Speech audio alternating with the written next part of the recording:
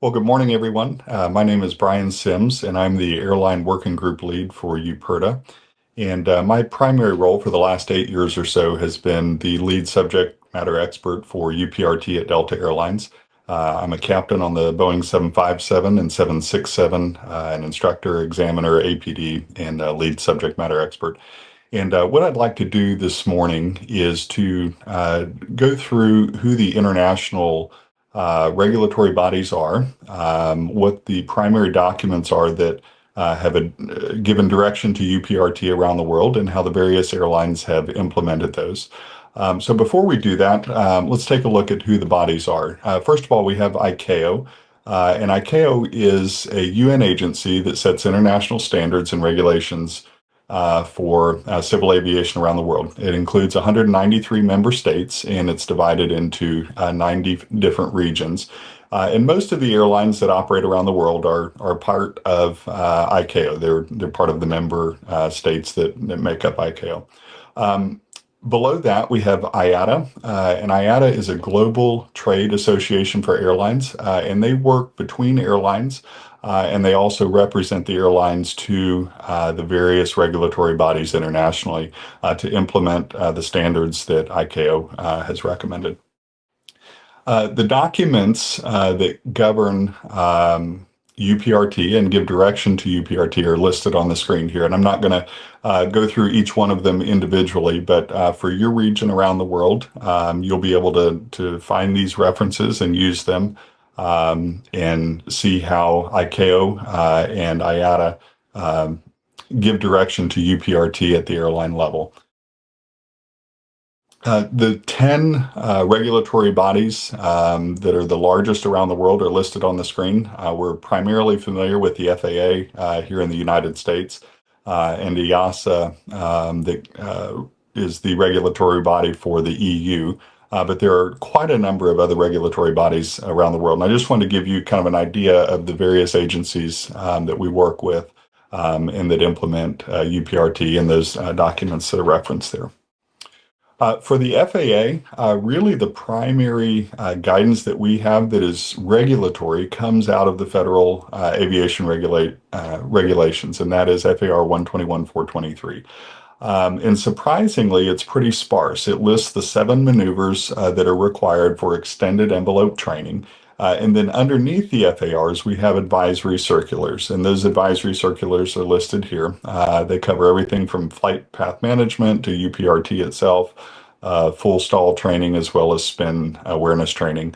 And then we also have regulations under Part 60 of the FARs that govern the simulation training device standards. For EASA, we have the documents listed there that are the primary guidance there. But one of the things that we discovered as we started looking around the world at the various governing bodies and the various regulations is the actual regulations themselves are pretty simple. They don't give a lot of color to the picture. And so that's where some of the variation begins to be seen among the operators in terms of how they implement EET and how they implement UPRT. So as I reached out to various operators internationally, I surveyed a number of different airlines. This includes everything from regional cargo operators here in the United States to national level airlines, as well as major airlines. And then I also reached out to airlines in the Pacific, as well as Asia and the Middle East, to get a really good idea of how the various airlines are implementing EET and implementing UPRT. And within those conversations, I looked at it from 4 different categories. First of all is the program. How is the training program set up to implement EET? Second was pilot qualification, and then we'll get into the next 2 on the next couple slides here. But that covers simulator use for EET as well as the instructor qualification. So under the program category, all of the surveyed operators implement UPRT in every single training footprint, everything from initial qualification up through upgrade, recurrent, etc. So that's good. That's implemented everywhere. Most of the carriers do distribute the recurrent training events across 24 to 36-month cycles, depending on whether or not they're AQP or have some other standard for their recurrent cycles. But the extended envelope training maneuvers, this includes everything from full stall to slow flight, bounce landing, UPRT, etc. Those are the ones that are spread out across the recurrent cycles. So a pilot would not necessarily get all 7 of those every time they come into recurrent.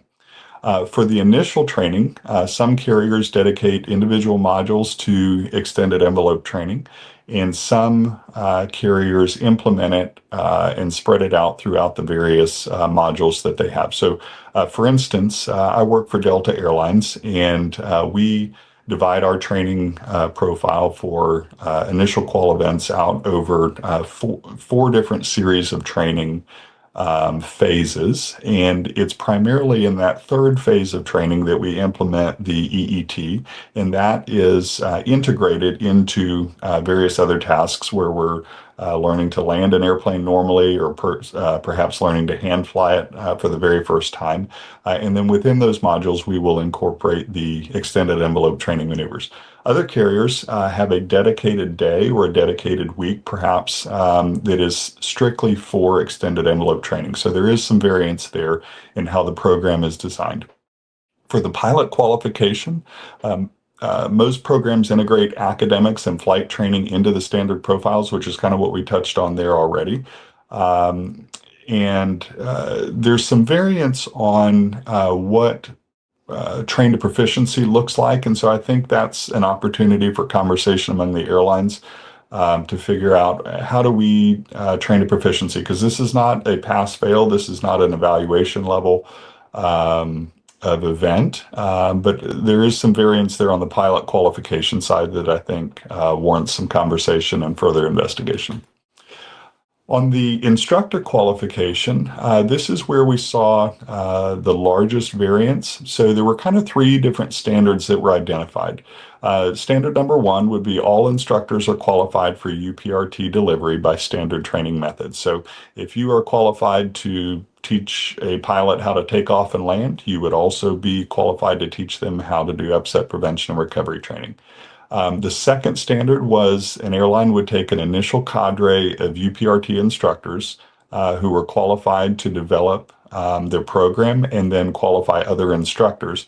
And then once that program was developed, that initial cadre basically disappeared and just kind of went back into the regular cadre of instructors, but they no longer have dedicated subject matter expert instructors to deliver UPRT. And then the third standard, and in my opinion, the highest quality of standard, is an airline that takes a dedicated subject matter expert to develop and maintain the UPRT program for their fellow instructors and for their fellow pilots. But those instructors maintain subject matter expert qualification, both with on-aircraft training as well as continuing academic training. There is some variance among the subject matter expert carriers, but the operators that use the initial cadre and the operators that use the subject matter experts generally used on-aircraft training and dedicated academic training to achieve that qualification. There is some variance there, but generally that was the way that they set that program up. On the simulator side, good news, all surveyed operators are using qualified FSTDs for UPRT and full stall training. There was some conversation early on in the development of UPRT whether or not flight training devices would be used, and this would be a non-full motion simulator. And fortunately, all of the airlines that were surveyed use full motion simulators for all of the extended envelope training maneuvers. There are some exceptions noted for smaller aircraft operators who are exempt simply because they do not have the simulators for those aircraft, but all of the operators that have simulators use full motion qualified simulators to deliver EET. So in summary, the international regulations are largely aligned on UPRT requirements. Surveyed carriers range from regional cargo operators to wide-body international passenger airlines. It is notable that UPRT is generally not required below the highest level of certification qualification. I think that's probably another area where the industry needs to put some focus because right now you don't get EET, you don't get UPRT until you get to the highest level of certificate qualification. So, for instance, here in the United States, at the ATP level, when you're working for a 121 carrier, but below 121. Currently, there is no requirement for UPRT, and I think that's probably something that should be included earlier on in the training for a pilot to be proficient. As noted, there was training variance primarily with regard to the dedicated or to the UPRT modules, whether or not that was spread out or those were standalone modules. And then, as we said, there was a wide range of UPRT instructor qualifications. With that, I appreciate your attention. Thank you for those who have worked to implement UPRT across the industry, and we'll look forward to answering your questions as the event continues.